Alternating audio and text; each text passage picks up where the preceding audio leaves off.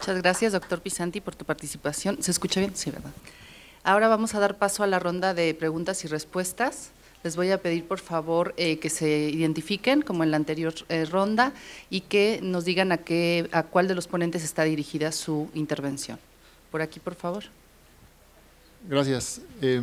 Bueno, primero, felicidades a todos. Fueron extraordinarias exposiciones, muy iluminadoras. Y tengo, son tres puntos, espero exponer de manera muy breve y quiero ver sus reacciones al respecto. Tiene que ver, digamos… ¿Puedo pedir que sea uno y luego, si da el tiempo, con otros participantes, el segundo y luego el tercero? Me vas a obligar a elegir, pero por supuesto que sí. Y si te pudieras presentar, si claro no, que sí. si no tienes condiciones de anonimato. Soy Gerardo Leiva del INEGI y no es información confidencial. Miren, en el proceso desde el punto de vista de trabajo de las Oficinas Nacionales de Estadística, digamos, la manera en que hemos obtenido información a lo largo del tiempo ha sido, en principio, de manera directa, en una relación directa con el informante, con el ciudadano o la empresa, ¿no? Más recientemente tenemos, y eso lo hacemos a través de encuestas o de censos. En algunos países europeos, los registros administrativos también son un medio muy importante para obtener información estadística oficial. Y entonces ahí hay un intermediario que es una oficina, normalmente que es parte del sector público. El paso que estamos dando ahora es decir, bueno, vamos a explotar los potencialidades de Big Data para obtener información a la cual podemos darle un uso oficial, pero el intermediario ahí ya es una empresa privada. Va a ser Google o va a ser Twitter o Facebook o algo así. Entonces, ocurre que hay dos cuestiones ahí sobre las cuales me gustaría ver sus reflexiones. Una es una relación donde son muy pocos proveedores de la información final para intereses del Estado.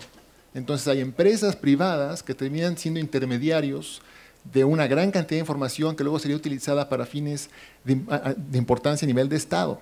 Y eso genera una relación, tal vez no es un cuasi monopsonio, ¿verdad? Donde de repente nos pueden cerrar la llave de la información y ¿qué vamos a hacer? ¿No? O sea, ¿cómo podemos regular ese nuevo balance entre pocos informantes con mucha información y las oficinas nacionales de estadística? Y bueno, yo lo dejo ahí, creo que es un tema para reflexión y me gustaría ver sus reacciones.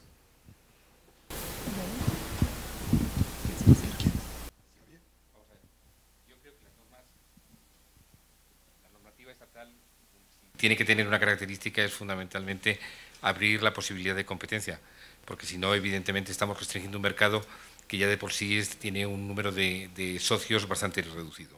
Yo creo que eso es muy importante, el primero, el que la legislación estatal sea abierta. En segundo lugar, yo creo que aquí hay que hacer otro planteamiento distinto. No sé qué le parece a usted.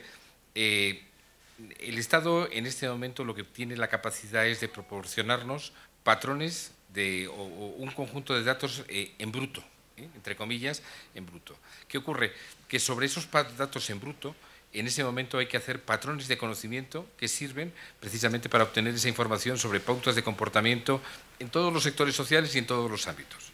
Entonces, creo que probablemente a lo mejor tenemos que desenfocar el tiro con relación a los buscadores de Internet y pensar que pueden ser otras empresas que en el mercado se ocupen de llevar a cabo el tratamiento de esa información que el Estado que las administraciones públicas nos pueden producir en bruto, sin necesidad de recurrir necesariamente, bueno, pues a Google, Amazon, Yahoo, etcétera. Yo creo que eso sería quizá probablemente el planteamiento que tendríamos que hacer, es decir, intentar abrir el mercado a empresas de otra tipología que fueran capaces de hacer patrones y que pudieran proporcionar ese tipo de patrones a cualquier sector de la actividad económica que pudiera serles de utilidad. ¿Alguna otra respuesta? Sí. Es muy difícil encontrar una respuesta prescriptiva a tu preocupación, Gerardo, que desde luego me parece validísima. El Estado ha perdido, digamos, competencia, ¿no? O capacidad comparado con la capacidad de las empresas privadas, a cambio de que el Estado, por el proceso del censo, por ejemplo, puede asegurarse y pongámosle siempre barras de error a todo esto para ser más honestos, ¿no? Pero en principio puede asegurarse de obtener el dato censal de todos los ciudadanos y saber con varios factores cuál es el margen de error de esa supuesta captura total. De repente tienes particulares obteniendo volúmenes mucho mayores, día por día, mucho más susceptibles de ser utilizados de inmediato para las mismas decisiones del Estado. Yo no creo que podamos parar, antes de decir la palabrota, un nuevo contrato social. Internet ha sido fenomenalmente exitoso, y Internet no solo, sino toda la industria de TI, la industria de la información, gracias a permitir la acción prácticamente irrestricta de actores privados, ¿no? Hemos probado durante 30 años los extraordinarios valores y aportaciones de los mercados libres y abiertos. Los países en los cuales estos mercados son libres y abiertos, en los cuales establecer y cerrar empresas es más fácil, etcétera, sin duda han hecho las mayores aportaciones de innovación en esto. No quiero producir una asociación mecánica causal absoluta, pero se nota, digamos, es inevitable notarlo. Ahora bien, estamos empezando a encontrarnos con algunas consecuencias que no nos gustan, ¿no? Las empresas tienen más información que el Estado, de la información que le interesa al Estado y a los ciudadanos. Las empresas están menos reguladas que el propio Estado en la capacidad de tratar esos datos, la relevancia que puede obtener el mismo Estado dejando que la sociedad decida cuáles son las preguntas y busque y construya las respuestas a través de Open Data, Open Government, son mayores. No veo, digamos, más que la obligación de hacer una reflexión más a fondo de cómo vamos a reconstruir esta relación. El Estado debería ponerse más las pilas en algunas cosas. ¿Por qué la biblioteca del Congreso de Estados Unidos decide almacenar todo Twitter? ¿No? Pues porque sabe que ese es el acervo de información que van a buscar los historiadores de la siguiente generación, ¿no? ¿Por qué la Biblioteca Nacional de México sigue restringiéndose a los títulos en papel impresos en México y la industria editorial se niega a entregarle los títulos en forma electrónica, que considera que con eso destruye el mercado de los títulos y tú los puedes encontrar en la Biblioteca Nacional? Pues ahí estamos hablando de qué parámetros tiene que haber en ese contrato. ¿Alguien más? Leandro, por favor.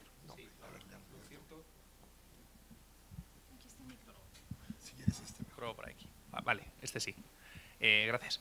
No, lo cierto es que lo comentaba ya antes, ¿no? Pero es que estamos realmente ante un cambio de paradigma. Estamos ante un cambio de paradigma que influye en multitud de temas, no solo en el que comentas tú. Ah, mira, ya funciona. Bueno. No, sigo por este lado. Sí, para que no se acoplen. Vale, no, pues el tema, por ejemplo, se ve en muchos otros ámbitos. Por ejemplo, si tú eres un desarrollador de aplicaciones para móviles, pues el hecho de que tu aplicación se venda o no depende de dos tiendas virtuales que son las que controlan el negocio de los teléfonos. Si tú, volviendo a los buscadores, ¿no? Si un buscador se enfada contigo y decide que desapareces de la lista y te manda al puesto 400 en la búsqueda, hoy por hoy no tienes ninguna herramienta para poder discutirlo. Podrías ir por competencia, podrías intentarlo, pero es complejo. Y el hecho es que nos estamos planteando con esto en todos los ámbitos. La solución, yo creo que el marco normativo actual no la ofrece. En ningún país que yo conozca se ha abordado hasta el punto de darnos una solución jurídica sólida. Y la forma que están teniendo las empresas de evitar que precisamente eso suceda es no siendo malas. O sea, ese eslogan de "Don't be evil", que al final pues también son malos, pero se nota poco, pues ese es el que está funcionando mejor y el que está evitando que esté entrando el regulador. El problema es lo que dice Alejandro, que están empezando a haber problemas, nos estamos encontrando con situaciones de difícil solución y está empezando a entrar el regulador.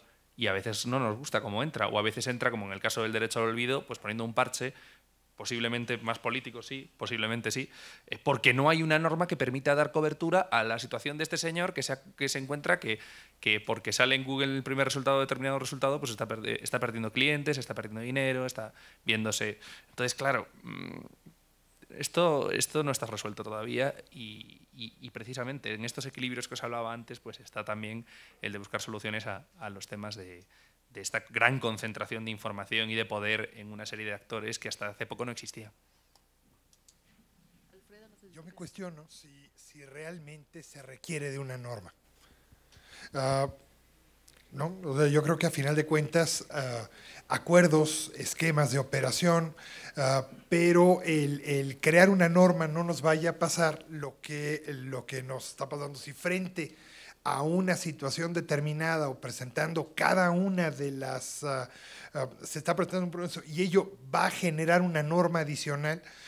Yo creo que lo que está pasando es estamos tan sensibles a la información, al excesivo esquema de información, porque nosotros mismos lo hemos generado, estableciendo normas restrictivas de algo que probablemente no debe de ser tan restrictivo. Entonces, hay otro dicho mexicano muy famoso, ni tanto que queme al santo, ni tampoco que no lo alumbre, ¿no? Entonces, yo creo que en mucho, bajo modelos, es más, de desregulación en algunos ámbitos, pudiéramos llegar a operar de una manera mucho más competitiva como gobierno con las entidades privadas. Muchas gracias. ¿Alguna otra pregunta por allá? Creo que habían levantado la mano. Allí, por favor. Bueno, por ahí, primero. Hola, bueno, es Lorena otra vez del Servicio Postal Mexicano. Acerca de lo que mencionó Alejandro Pisanti de la prescripción, digamos, del mal nombre, yo creo que todos los gobiernos del mundo rigen para beneficiar a su población, ¿no? Y después de la crisis económica mundial está en posesión de los buros de crédito toda esta gente que debido a esta crisis pues cayó en desgracia, ¿no?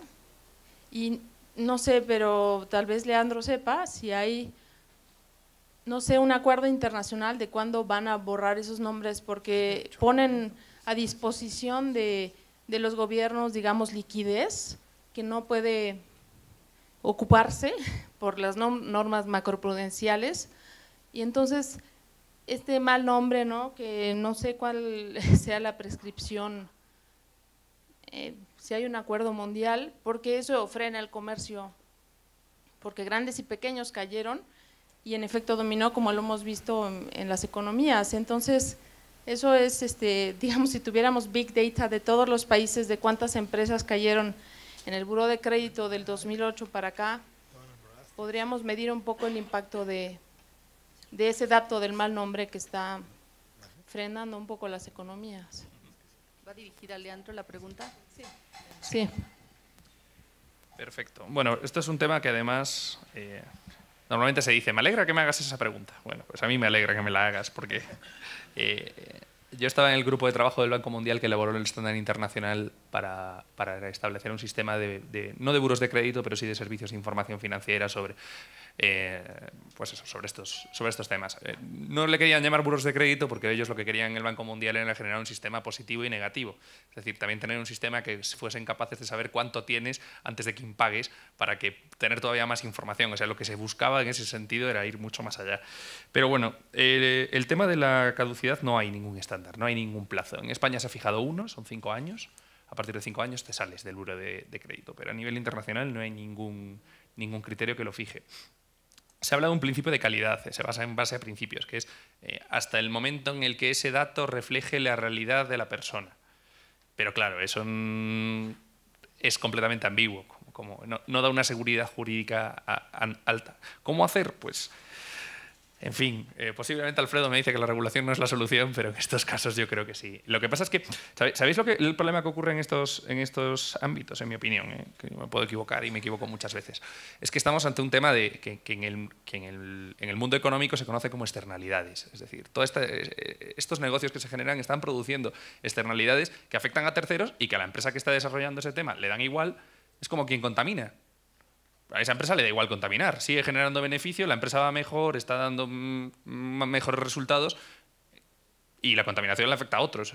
Si está contaminando un río, pues esos son los que están más abajo en el río, ella está arriba, no hay problema.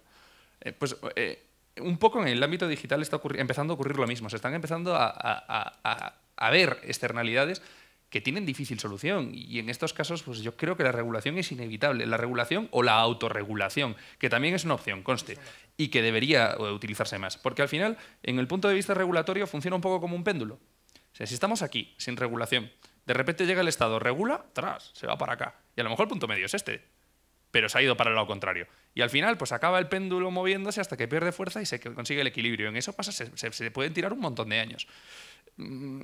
Al final, yo creo que es eso, es un tema de ser consciente de las propias externalidades, de que los propios buros se autorregulen. En España, las sanciones en tema de protección de datos a buros de crédito han bajado de forma espectacular. Se sanciona a quien mete a la persona en el buró, pero no tanto al buró, porque el buró ya está trabajando bien. Y en el fondo pues se trata eso, de ir buscando equilibrios. Lo que pasa que es muchas veces nos gustaría que fuese así, pero desgraciadamente no lo conseguimos. A ver, Alfredo, por alusiones personales y no, después hombre, Alejandro. No. La única cuestión es nada más, en relación con ese tema en particular, sí existe en México una fecha precisa, bueno, existe un término, un periodo específico. Y te quiero comentar una cosa porque se presenta algo interesante. Este es un caso de excepción a la Ley Federal de Protección de Datos Personales en posesión de particulares. La propia ley excluye a las sociedades de información crediticia. Y la normativa de Ley de Sociedades de Información Crediticia es la que establece el periodo. A mi juicio, la excepción estuvo mal hecha. ¿Por qué? Porque ¿quién recaba tu información para otorgarte el crédito? ¿La sociedad de información crediticia o el usuario del buró, que en este caso pudiera ser una institución financiera o una tienda de autoservicio, una tienda comercial? Y en este sentido, a estas tiendas, a estos usuarios del buró, están en un problema muy serio, porque les aplica la normativa del buró y les aplica también la Ley Federal de Protección de Datos Personales en posesión de particulares, porque pues, no están excluidos de forma expresa en la norma, y aun y cuando tienen que seguir la normativa referida en la Ley de Sociedades de Información Crediticia, también tienen que seguir la normativa de la Ley de Protección de Datos, que establece también un periodo de tiempo determinado, ¿no? Entonces, fíjate nada más qué cosa tan interesante y qué complicación, porque si hay alguna modificación en la Ley de Sociedades de Información Crediticia, ¿a qué norma crees que le va a hacer caso el usuario del buró? Pues a que le pegue más duro, ¿no? Y la Ley de Protección de Datos tiene dientes y hasta el piso, bueno, no la ley, sino el IFAI, lo que será en su momento. Ya es instituto, ya es un instituto autónomo, ¿no? Pero bueno, sigue llamándose IFAI. Entonces sí hay derecho al olvido, se establecen dos normas, son dos normas distintas y le aplican a una misma persona, ¿no? Ya, Alejandro, por favor. Mejor dejo entrar una pregunta y si mi comentario fuera relevante lo hago después de... Vale, muy bien. Javier, que querías también hacer un Yo comentario. quería comentar un tema que con relación a este derecho al olvido que no hay que pasar por alto, y es que estamos hablando de conflictos entre derechos fundamentales, estamos hablando del derecho a la información y el derecho a la intimidad. También hay que poner encima de la mesa una cosa que a veces yo creo que pasa desapercibida, y es que dentro de 100 años vamos a ser una sociedad sin historia. Hay que intentar también mantener la historia de la sociedad en unos términos de cierta normalidad. El problema que hay también es que no podemos caer en la censura. La realidad es la que es. Y cuando hablamos de normativa en materia de derecho al olvido, a mí a veces me parece complejo el que exista un regulador a nivel de administración pública que determine qué es prevalente, porque estamos hablando de derechos fundamentales. Probablemente ahí esa prevalencia solamente tiene autoridad un juez para poder llevarlo a cabo, ¿no? Y es complicado que la administración se involucre en derechos fundamentales y determine cuándo existe censura y cuándo la libertad de información debe ceder ante el derecho a la intimidad de cada ciudadano. Es un tema muy complejo. Había otra pregunta por allí y tengo además dos más, una que nos hicieron por Twitter y otra del aula magna donde nos están siguiendo.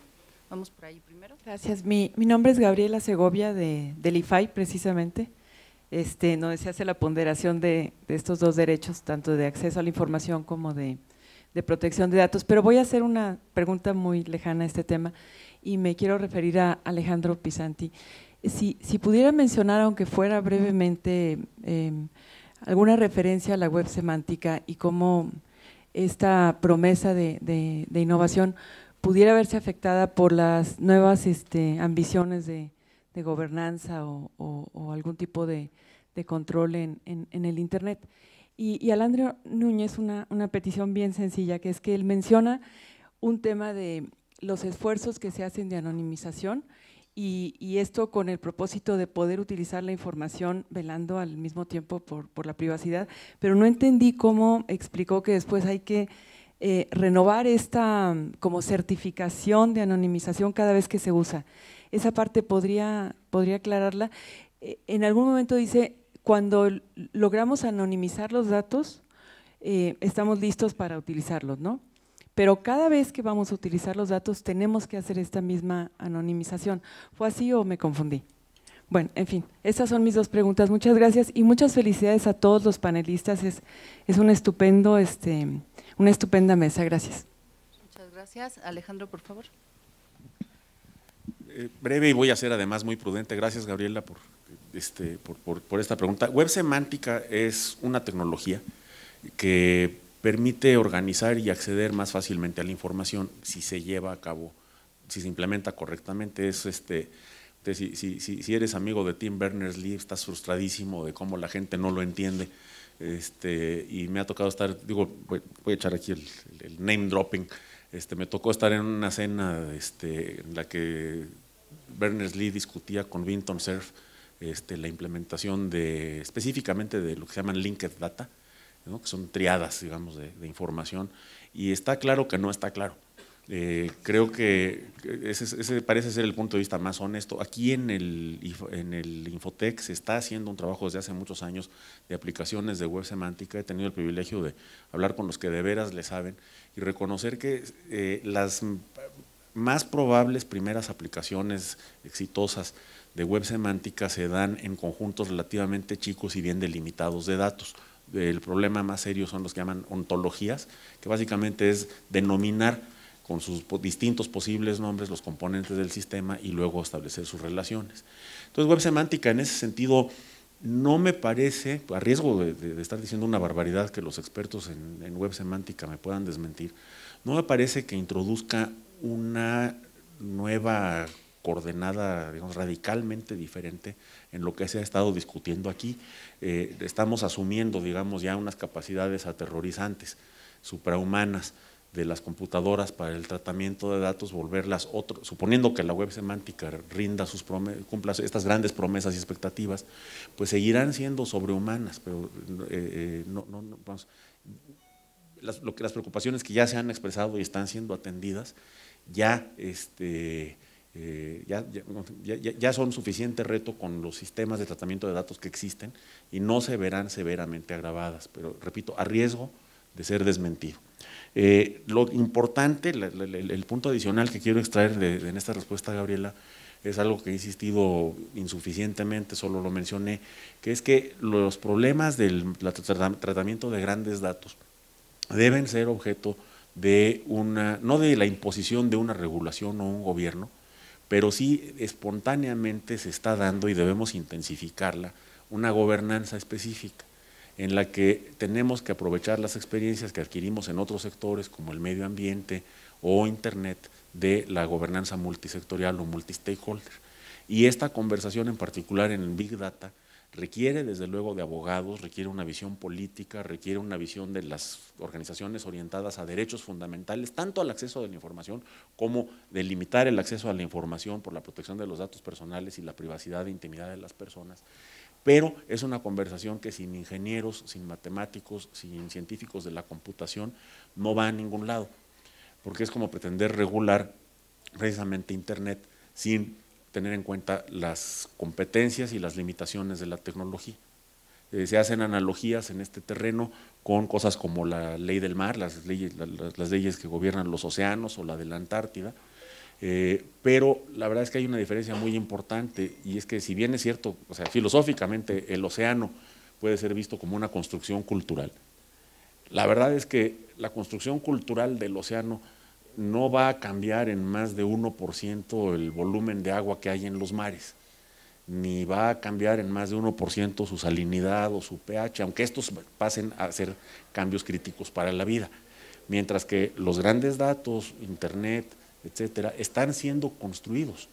Entonces tú no puedes imponerles regulaciones. El problema, digamos, del derecho al olvido, de la resolución sobre Costeja, es que no habló suficiente con ingenieros. Ese juez tendría que haber hablado un poco más con ingenieros para tomar una decisión más sustentable y expandible, ¿no? Escalable. Son los términos que nos preocupan a los geeks en estos temas. Leandro, por favor. Sí, gracias. A ver, el tema de la anonimización. Es posible que cuando salga de esta sala algún ingeniero me mate o algo, porque esto que voy a contar desde un punto de vista técnico seguramente tiene unas carencias enormes. Pero, a ver, para trabajar con Big Data se trabaja con unas plataformas que se llaman DMPs, por las siglas en bárbaro de las plataformas de gestión de datos, o sea, son Data Management Platforms. Bien, se supone que esos son como enormes recipientes donde introducimos información, esa información se queda ahí siempre y trabajan con esa información a efectos de sacar de ahí inteligencia.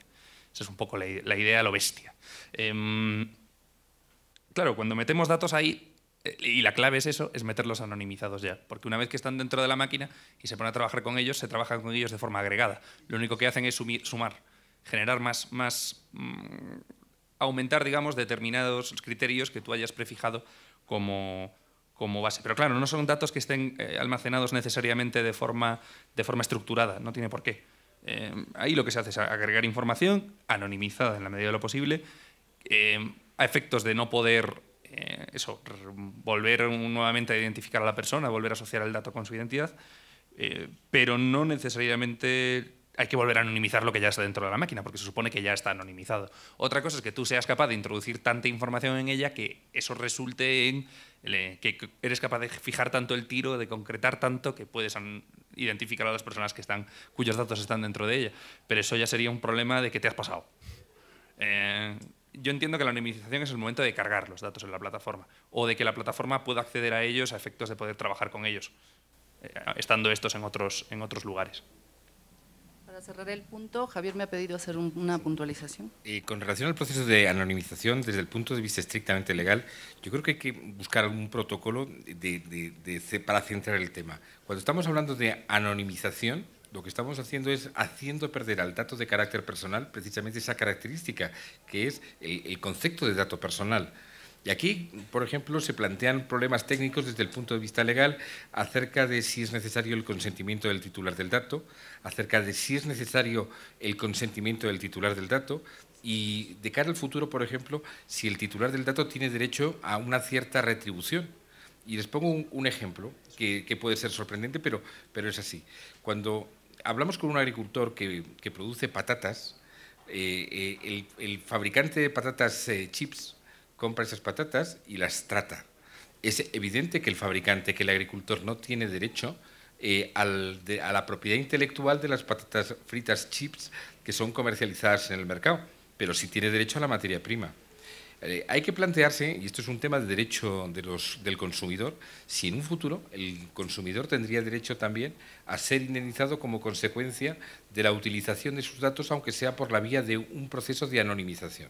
Entonces, lo que yo creo que tenemos que dejar claro sobre la mesa es, cuando hablamos de anonimización, lo que tenemos que hacer es fundamentalmente rebajar el perfil de la privacidad, porque vamos en dirección contraria a la privacidad. Nos estamos saliendo de la norma de la privacidad, estamos hablando de algo precisamente que deja de ser personal.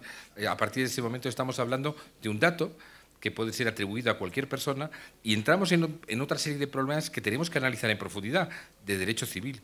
Y planteo, por ejemplo, si el responsable del fichero, un encargado de tratamiento o un tercero tiene los mismos derechos para llevar a cabo este proceso de anonimización, o tenemos que buscar diferencias jurídicas de carácter estructural entre cada uno de los actores que intervienen en este proceso de anonimización.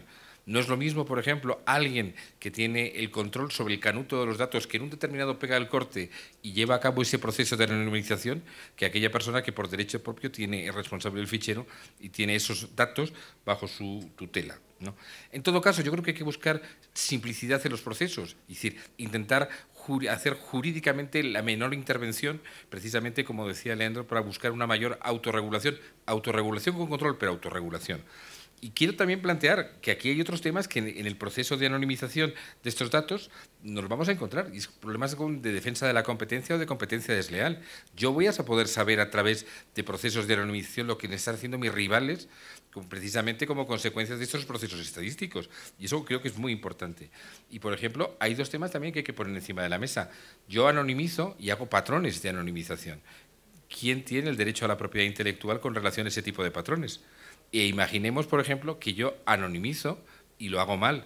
¿Quién tiene la atribución de la responsabilidad civil derivada de esa anonimización? Porque, claro, es un factor también crítico de cara a ese proceso de anonimización. Son muchas cuestiones, pero repito, yo creo que un mensaje que hay que transmitir tiene dos partidas. Uno, simplicidad en el proceso de Big Data. Tenemos que hacer el proceso de Big Data mucho más simple.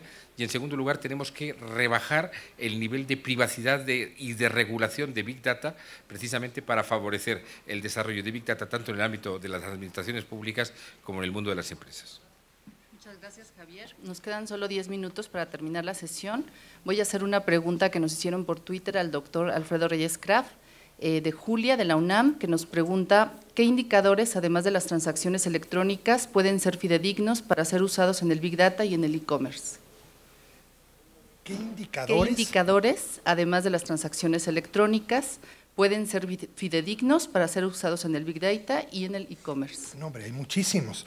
Pudiera ser la temporalidad de compra de la transacción, pudiera ser la ubicación geográfica de la terminal en donde se hace esa operación, pudiera ser también el espacio, todo lo que ya has comprado en el tiempo o lo que has comprado en el transcurso del día. Si ese día llovió, cuestiones de carácter geográfico. Si había tráfico ese día, si había partido de fútbol ese día, si metía 2 goles o 3 goles Alemania.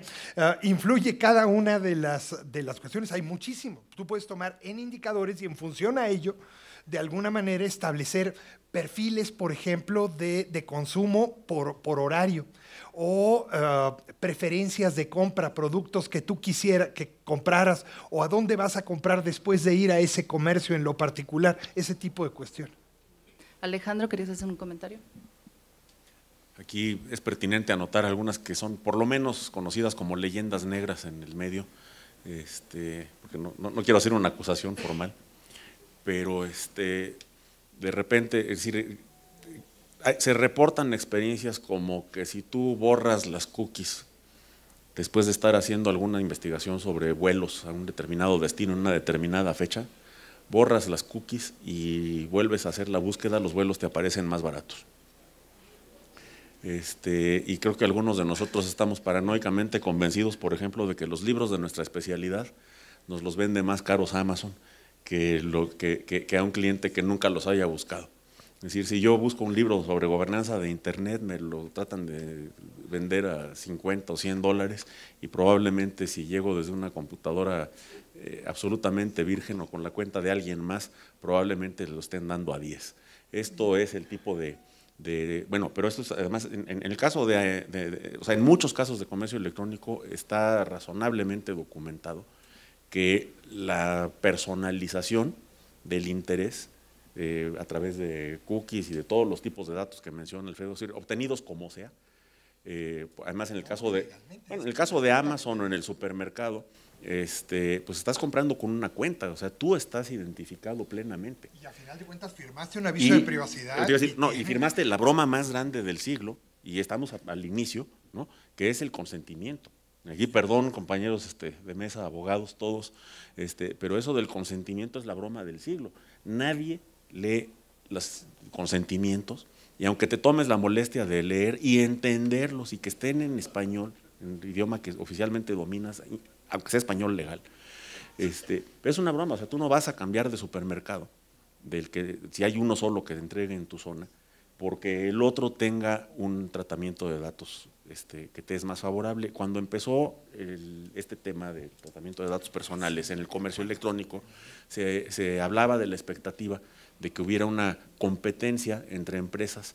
O sea, si para los consumidores es importante el tratamiento que le dan los proveedores a tus datos, debería establecerse un mercado en el que proveedores de los mismos bienes o servicios compitan unos con otros por los clientes con base en las políticas de tratamiento de datos, en las políticas de privacidad. La realidad es que eso no ocurre, no hay…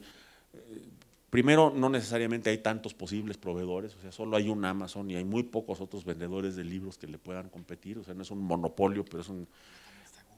Bueno, pero vamos, no llegan a los volúmenes. Pero el segundo fenómeno que se presenta es que como todos tienen el mismo interés, oficialmente en beneficio del consumidor, de personalizar la experiencia del consumidor, hay un fenómeno de cartelización. Sé que esto no ha sido caracterizado desde el punto de vista legal, porque la cartelización normalmente la entendemos como con una óptica muy simple, ¿no? Como la de no con la droga, sino con la fijación de precios, ¿no? En México lo recordamos muy bien, la resistencia de la industria llantera a que entrara Michelin. Veo muy pocos Silver Surfers por aquí que se puedan acordar de eso. Somos pocos los que somos nativos digitales y Silver Surfers en la misma persona, pero los Silver Surfers nos acordamos de que en México las llantas duraban 80,000 kilómetros y la industria llantera mexicana se oponía por todos los medios al ingreso de Michelin y Pirelli porque vendían llantas que duraban 300,000 kilómetros. Pero hoy la comparación nos dice justamente que, o sea, conocíamos esa cartelización, digamos, en los precios y la calidad del producto. Cuando hoy el pretexto de se me ponchó una llanta, o sea, amanecí y me encontré la llanta del coche ponchada, pues ya llama la atención. Antes a cada junta de 10 personas o en cada salón de clases de 30 alumnos había alguien que llegaba tarde en la mañana porque amanecían con una llanta ponchada. Esta cartelización sobre la calidad del producto, no sobre la fijación del precio, yo la veo muy poco estudiada, incluso desde el punto de vista de los economistas, mucho menos de los abogados, pero es un fenómeno de colusión de proveedores basada en incentivos, no necesitan hacer un acuerdo. Amazon y Google Books, para poner un ejemplo, ¿no? O Gandhi y el sótano, para hablar de ejemplos nacionales, en que abusen de o sea, lleven a límites extremos el tratamiento de los datos personales, porque no hay el consumidor que lo reclame y porque no va a haber un competidor. No hay tanto mercado como para que aparezca una tercera librería que diga, yo no te personalizo las ofertas. Tenemos escasos 5 minutos, me ha pedido Javier intervenir, les voy a pedir a Javier y Alfredo que quieren apuntar algunas cosas sobre consentimiento, pero antes quiero hacer una pregunta que nos viene del aula magna, porque es muy general y no dice a qué ponente va dirigida, entonces por si lo vamos pensando, de la maestra Ana Lilia Hernández Rodríguez, de la Secretaría de Finanzas del Estado de México. Pregunta, ¿qué herramientas informáticas serían más idóneas para el uso del Big Data? Entonces, Javier, luego Alfredo y quien después quiera terminar. Con relación al consentimiento, tal como lo ponía de manifiesto Alejandro, yo creo que es muy importante darse cuenta, hacer una reflexión sobre la evolución de los sistemas de consentimiento. Es decir, cuando hablamos de privacidad, todos recordamos la típica cláusula de privacidad que hay que firmar delante de cualquier empresa. Frente a eso, hemos pasado a un sistema de un mero clip en cualquier página web. Y hoy en día en Big Data es muy importante lo que se viene a denominar desechos digitales. Y es, por ejemplo, el propio comportamiento, la propia responsabilidad que tiene la persona a la hora de entrar en Internet, entrar y salir. Por ejemplo, estamos siguiendo un partido de fútbol y queremos saber cómo ha terminado un determinado partido. Y entramos y salimos de esa página web 20 veces. Bueno, pues eso, multiplicado por todos los consumidores que están siguiendo a través de esa página web el resultado del partido, nos marca el nivel de ansiedad que tiene cada consumidor, en general, los consumidores en general. Por eso, pero en este momento, ya no estamos delante de esa firma, ya no estamos delante de ese clip, que evidentemente, como se planteaba antes, nadie lo lee, ¿no? En este momento lo que es muy importante es que para generar Big Data la responsabilidad individual con relación a nuestra propia privacidad es elemento absolutamente determinante. Estoy completamente de acuerdo con Javier y es otro ejemplo típico del excesivo afán regulatorio, de la sobreregulación. Fíjate, ¿qué dice la ley? La ley dice en relación con la parte de avisos de privacidad en particular, debe de ser simple, claro, conciso. ¿Qué viene en el reglamento? Oye, métele las finalidades y explícame las finalidades. ¿Y qué vienen los lineamientos? Y aparte, más todavía. O sea, solitos nos estamos complicando algo que originalmente lo que se buscaba es que fuera muy simple, que fuera legible para el consumidor final, para el titular de los datos. Muchas gracias. ¿Alguna respuesta a la última pregunta que hicimos? ¿Qué herramientas? Alejandro, por favor. Me da mucho gusto que le haga esa pregunta alguien en una Secretaría de Finanzas de un estado. La respuesta es de una sola palabra: quédense. Es decir, las herramientas tecnológicas son el objeto del resto del seminario. Bien, pues muchas gracias. En nombre de Infotec, de INEGI y de la Dirección Adjunta de Innovación y Conocimiento, les agradezco a todos los ponentes sus participaciones, a todos ustedes por acompañarnos y bueno, creo que ahora viene un receso. Les voy a entregar a los ponentes también sus constancias. Muchísimas gracias.